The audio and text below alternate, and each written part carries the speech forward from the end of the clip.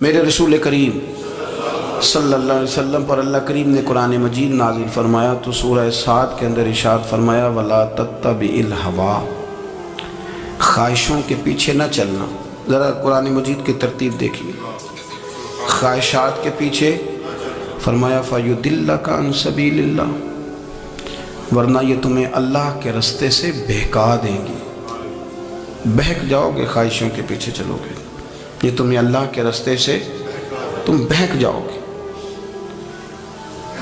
اگر تم اندر کی بات مانو گے، زبان کے چسکے کی بات مانو گے، بہت اعلیٰ کھانے کی بات مانو گے، پینے کی بات مانو گے، تو اللہ کے رستے سے بہک جاؤ گے۔ فرمایا ان الذین یضلون عن سبیل اللہ، بے شک وہ لوگ جو اللہ کے رستے سے بہک گئے۔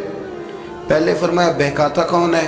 نفس، تمہاری خواہشات تمہیں بہکاتی ہیں، اور فرمایا بے شک پھر جو لوگ بہک گئے لہم عذاب شدید بما نسوا یوم الحساب،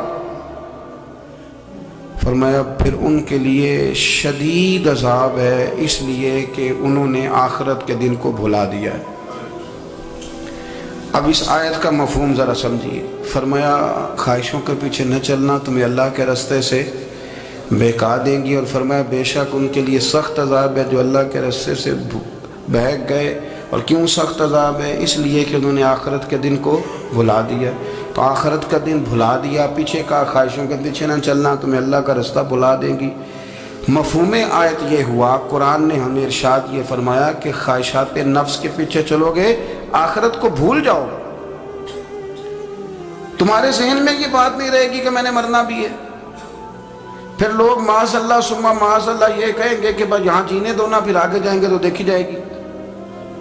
لوگ بھول گئے مرنے کو۔ ہماری ساری جدوجہد زندہ رہنے کے لیے ہے، ساری 60-70 سال کے لیے سارا کچھ ہے۔ آپ دیکھ لیں، ٹٹول لیں کسی بندے کو، صرف جتنی محنت کر رہا ہے وہ جینے کے لیے کر رہا ہے۔ رب قریب کے بندے جتنی محنت کرتے تھے مرنے کے لیے کرتے تھے، تو مرنے کے لیے کوشش کرتے تھے کہ مر جانا ہے، اس کے لیے جدوجہد۔ ہم جتنی جدوجہد کر رہے ہیں ساری جینے کے لیے، جینے کے لیے۔ میرے رسول کریم صلی اللہ تعالیٰ علیہ وسلم کا ایک فرمان ہے مسند امام احمد بن حنبل میں، اور بڑا نرالا، بڑا انوکھا اور بڑا معنی خیز ہے۔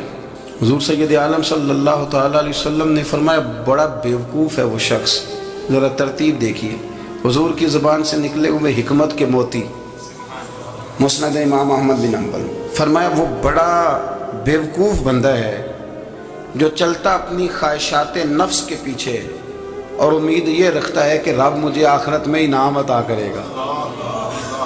چلتا کس کے پیچھے؟ خواہش کے پیچھے، اور کہتا یہ ہے کہ اللہ مجھے قیامت میں انعام دے گا، تو انعام تو اسے دیا جاتا ہے نا جو کو محنت کرتا ہے۔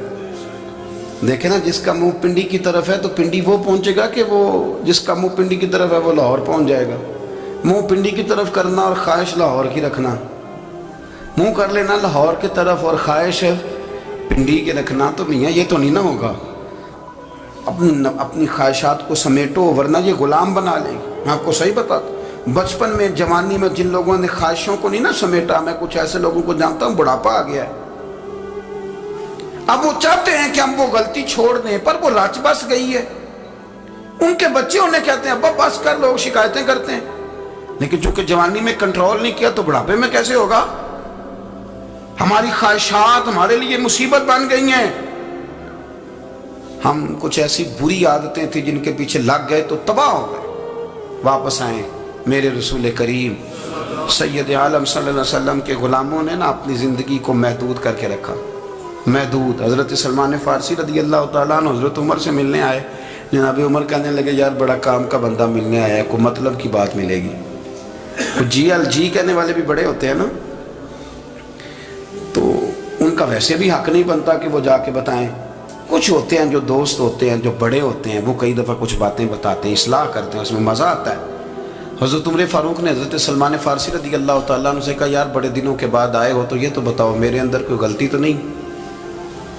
میں حکومت کر رہا ہوں، لوگ سارے عدل انصاف کی باتیں بتا رہے ہیں، میرے تقوی کی باتیں سنا رہے ہیں، کوئی غلطی؟ حضرت سلمان فارسی رضی اللہ تعالیٰ عنہ کہنے لگے بالکل غلطی ہے عمر، تمہارے اندر بڑی شدید ہے، مجھے بڑی ناپسند ہے، اور شدید قسم کی غلطی ہے، نہیں ہونی چاہیے تھی۔ حضرت عمر فرمانے لگے بولو۔ عرض کی کیا پورے 22 لاکھ مربع میل میں سب جگہ غربت ختم ہو گئی ہے؟ حضرت عمر کہنے لگے نہیں۔ تو فرمانے لگے مجھے پتہ چلا ہے کہ جب تمہارے پاس دوپہر کا کھانا آتا ہے تو سالن کے ساتھ چٹنی بھی آتی ہے، یہ غلطی نہیں؟ تمہاری حکومت میں 22 لاکھ مربع میل 24 لاکھ مربع میل سارے بندے پیٹ بھر کے روٹی کھانے لگے ہیں؟ کہ نہیں۔ تو فرمانے لگے حضرت سلمان فارسی عمر پھر تو 2 سالن کھاتا ہے ایک وقت میں، اللہ سے ڈر نہیں آتا؟ تو جناب عمر فاروق رو پڑے۔ یہ بالکل جائز تھا، اس بات سے اگر کوئی منع کرتا ہے تو جائز نہیں دین میں، یہ بھی میں آپ کو بتا دوں گا۔ آپ کے پاس جائز پہلے 6 سالن کا ہے، میں کون منع کرنے والا، پر وہ عمر تھے نا، عمر کا منصب اور ہے۔ حضرت سلمان فارسی نے جب کہا تو عمر رو پڑے، کہنے لگے تو میرا سنگی ہے، میرے لیے دعا کر، میں اللہ کی بارگاہ میں توبہ کرتا ہوں، آج کے بعد یہ غلطی نہیں دہراؤں گا۔ اپنی خواہشات کو اتنا اصول پسندی کا نام نہیں، دور دور تک نام نہیں اصول پسندی۔ حضرت سیدنا بہلول دانا، بندہ سادہ تھا تو نام اس کا دانا تھا۔ آپ بیٹھے تھے تو ہارون رشید کا لشکر آنے لگا تو وہ ایک بندہ دوڑا آیا، کہنے لگا بابا رستے سے اٹھ جا، ہارون رشید آ رہا ہے۔ تو آپ فرمانے لگے تو غلام ہے نا، تو نے ڈیوٹی کر دی ہے نا، اطلاع دے دیا، میری مرضی اٹھوں چاہے نہ اٹھوں، تیری ڈیوٹی پوری ہوگی، تو جا، تیرا کام ہو گیا۔ کہنے لگا بادشاہ میں اس کا غلام ہوں، تو ناراض ہوگا، تو اٹھ جا۔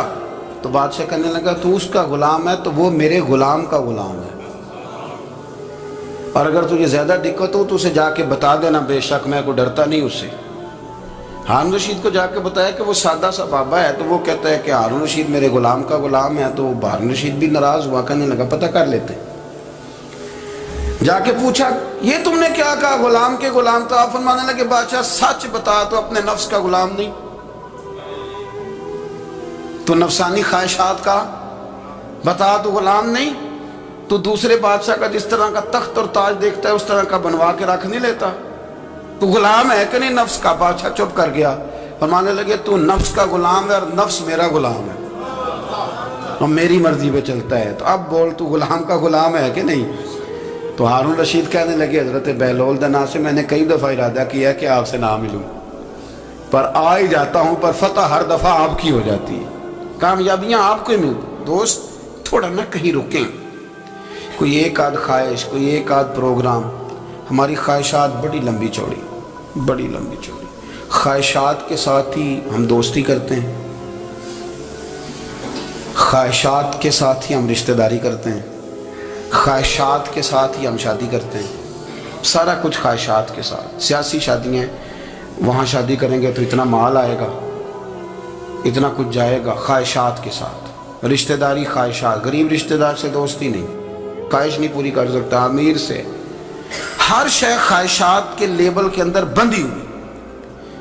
آپ دیکھ لیں سارے معاملات کو ہم نے اپنی نفسانی خواہش کے اندر رکھ دیا ہے، میری مرضی کے مطابق دنیا چلے تو ساری اچھی ہے، اور میری مرضی نہ سنے تو بندہ ایک بھی اچھا نہیں ہے۔ اپنی خواہشات کے چنگل میں ہم نے غلامی اختیار کر لی، صبح سے شام تک نفسانیت ہی نفسانیت۔